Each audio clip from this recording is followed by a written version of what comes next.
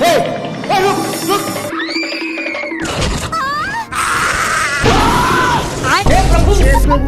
हरि राम कृष्ण जगन्नाथ प्रेमानंद। शेर को थॉर की शक्ति मिल गई थी, लेकिन इसकी शक्ति कभी अगवाड़े से निकलती तो कभी पिछवाड़े से। लेकिन तभी उसका ध्यान उसी हिरण पर जाता है और वहीं पर अपनी शक्ति का इस्तेमाल कर रहा था। लेकिन हिरण को घंटा कुछ फर्क नहीं पड़ रहा था। मेरे को जाना पड़ेगा बाबू।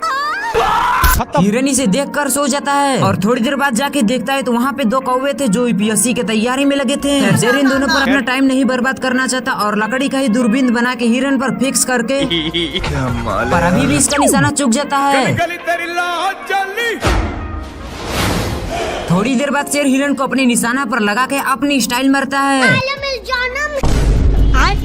लेकिन इसका निशाना तो अभी भी चुकता है, जिससे ऊपर से पत्थर आने लगा और मैं आसमान की ऊंचाइयों में आ गया। शेर हिरण को अपना भोजन बनाने आता है, लेकिन तभी सभी हिरण को कोई गायब कर देता है और इसे कुछ समझ ही नहीं आ रहा था कि तभी इसकी नजर दूर जाती है और कोई स्पाइडरमैन के जैसा हिरण सबको बचा रहा था। मिस्टेक हो गया।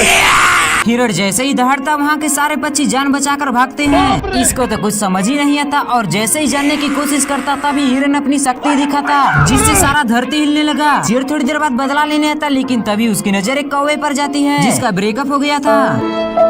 हिरण अपने दोस्तों को बाहर जाने को कहता और फिर से शेर को अपना औकात दिखाने लगता, जिससे वो पेड़ पर चला जाता। फिर हिरण घास उगा के शेर को उसमें लपेट देता है। ये दुख का खत्म नहीं होता बे।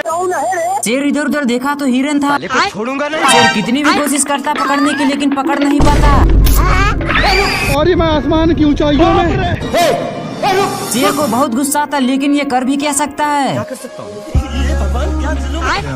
शेर एक पेड़ के डंठल पर बैठता है जिसके नीचे से हिरण छलांग लगा रहा था, लेकिन तभी ये उसे पकड़ लेता है। लेकिन तभी हिरण उसे एक रस्सी में फंसाकर छोड़ देता है, लेकिन ये शेर तो अभी भी नहीं सुधरता है और लोमड़ी चोरी से आकर एक पूछड़ पीता, जिससे उसके अंदर हल्क की पावर आ जाती है और वो सांड तक को भी मार गिराता है। शेर उससे डर के एक पेड़ पर चढ़ता है, लेकिन लोमड़ी उस पेड़ को तो जड़ से ही उखाड़ देता है। लेकिन तभी वो शेर भी उस पोषण को चुपके से पी लेता है और उस लोमड़ी की पावर खत्म हो जाती है। फिर शेर भारी मिस्टेक हो गया सर।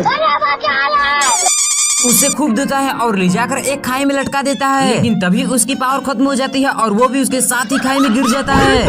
फिर दोनों उस पोषण को पीते हैं और आपस में ही लड़ने लगते हैं। तभी शेर सांड से पंगा लेता है और उसे फुटबॉल के जैसे मारता है। छोड़ूंगा नहीं। तभी सांड भी जाकर उस पोषण को पीकर आता है और उन दोनों की पावर खत्म हो जाती है और सांड बोलता है छोड़ूंगा नहीं।